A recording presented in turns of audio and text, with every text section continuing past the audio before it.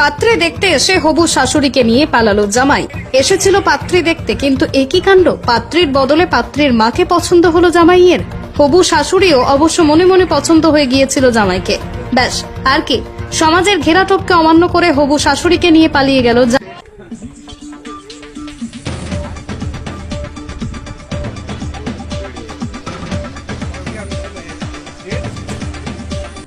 জবানবন্দি দিক, তার স্বামীর অপারগতা সবকিছু আমার বলছে। আমরা হেও তো প্রশ্নবিদ্ধ বলবো না।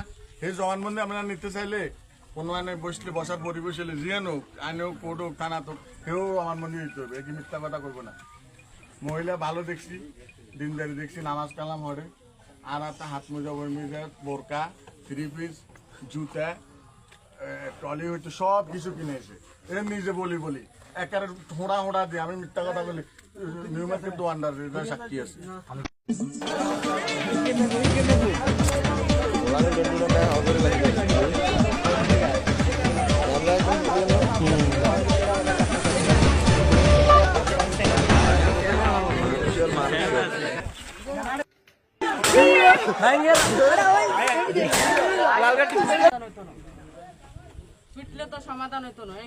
আমার গোড়া নতুন জামা ছিল, আমার হাতে 20,000 টাকা আদায় করাইছে।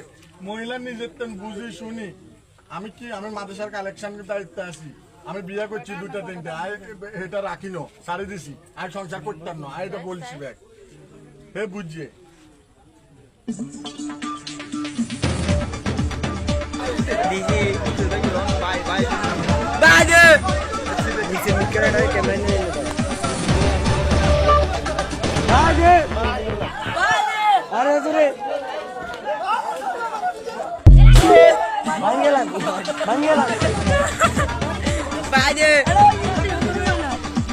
পান্ডা ধরা গেছি, পান্ডা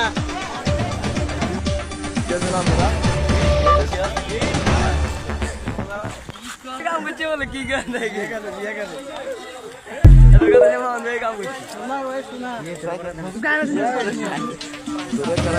जो मीडिया के लॉन्डेल पड़े हैं ना, ये एक माफिया के तौर पर एकदम एक्टिवेट होते हैं। ये किसी को भी नहीं छोड़ते।